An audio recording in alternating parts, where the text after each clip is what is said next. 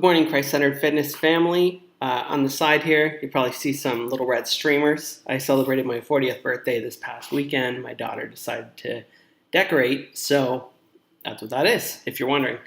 In any case, last week I touched briefly on 4 pillars that I believe are imperative for weight loss in order to maintain a healthy body weight for the purposes of serving God's kingdom.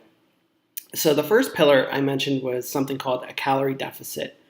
And in simple terms, that just means ultimately that we want to consume fewer calories than we burn in order to lose weight. I mean, it's really simple formula. There's some discussion that goes back and forth about whether we should count calories and whether we should not count calories. And whether or not you count calories, your body will account for calories. So I kind of mentioned in my previous video that even if you're eating healthfully, not technically tracking your intake, if you're losing weight, it's because you're consuming less. It's just your body is accounting for them. You're just not personally tracking them, and that's fine if that's working for you. So how do we go about creating calorie deficit? How do we go about consuming less than we're burning? Well, I'll say first, if your diet is absolutely uncontrolled and you would consider it, based on your own opinion, you would consider it atrocious. In other words, you know that you're probably over-consuming and it's a little bit carried away, then you really don't need to get all that strict or severe in the beginning. Again, the key is to make small progressive changes in order to build up successes and make yourself feel competent and confident.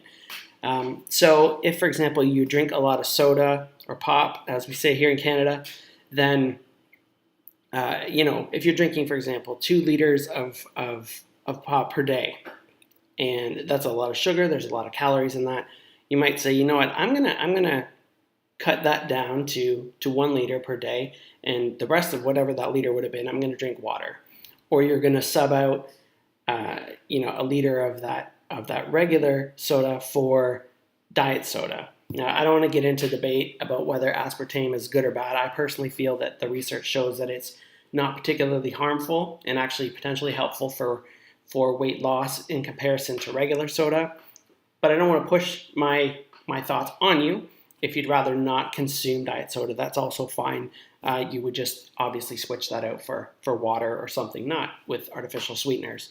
So there's that. I mean, if you consume a lot of snacks, you consume an entire sleeve of cookies at night, for example, maybe you want to cut it down to half a sleeve of cookies.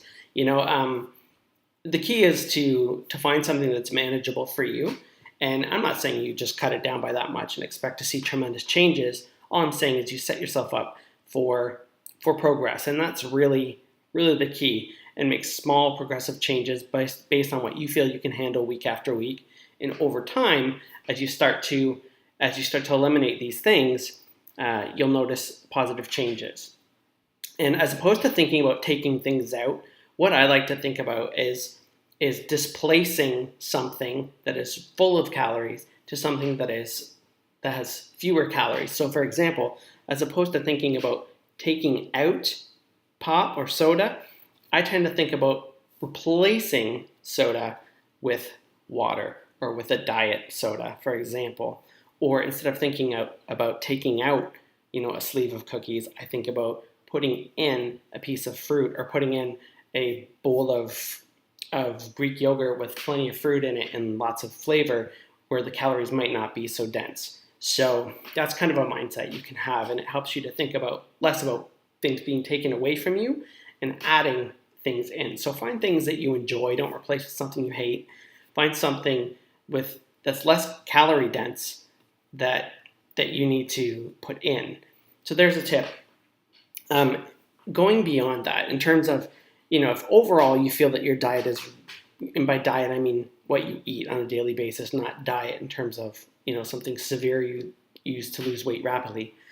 If you feel your diet is generally fairly good, and otherwise you eat healthfully, you don't drink a lot of calorie-containing drinks like juices and pops and things like that, if you don't eat a lot of sweets or junk, then that's the time when I might consider recommending that you do make a meaningful effort to track your nutrition. And you don't necessarily have to do that forever, but it does help you get a feel for what types of things are more calorically dense. And to do that, you can use various kinds of software. I personally like MyFitnessPal. It's just something, it's an app you can put on your phone. You can use it on your computer. You can scan product boxes. If you have things in boxes, you can enter various fruits and vegetables and meats and things that you might eat. So you can enter it all in there and track. And my first recommendation to you is not to set a caloric limit, not to set a target, not to aim for anything specifically from the get-go, because I believe any numbers that you're going to get from a calculation or for an app or from anything like that are ultimately just going to be estimates. And people argue back and forth about, is this estimate correct? Is this estimate correct? Is this right or wrong? And I'm really just like, why don't you just see what you're eating for a couple of weeks? Day in, day out, track everything you consume diligently just to see, on average, what you're consuming. And then after 2 weeks, calculate an average. Take the total number of calories for each day. So 14 days, enter 14 numbers into your calculator on your phone, divide that by 14. What's your average? Right? Then you'll know what you're consuming currently. My suggestion to you from there would be to, if your goal is to lose weight and you're currently maintaining body weight, is just to set your target intake slightly below that, maybe by 100 or 200 calories. Follow it again for another couple weeks. Again, check your average, make sure it's lower. If it is, and your weight is moving in the direction you'd like to see it, bingo, you're on the right track. Stay there until it stops working, and so on. Alternatively, if you're not seeing a change and you've been diligent with trying to stay into your target range, then maybe that's the time when you're going to bump it down a little bit more. Again, we can get a lot more detailed than this, but the overall picture is find out what you're eating, consistently track that, and then try to eat a little bit less of that. Do you have to track forever? No, of course not. If that's not something you feel like you need to do, then by all means, don't do that.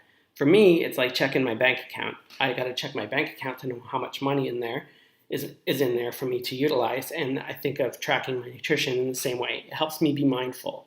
Not all people need to do that forever, and that's fine.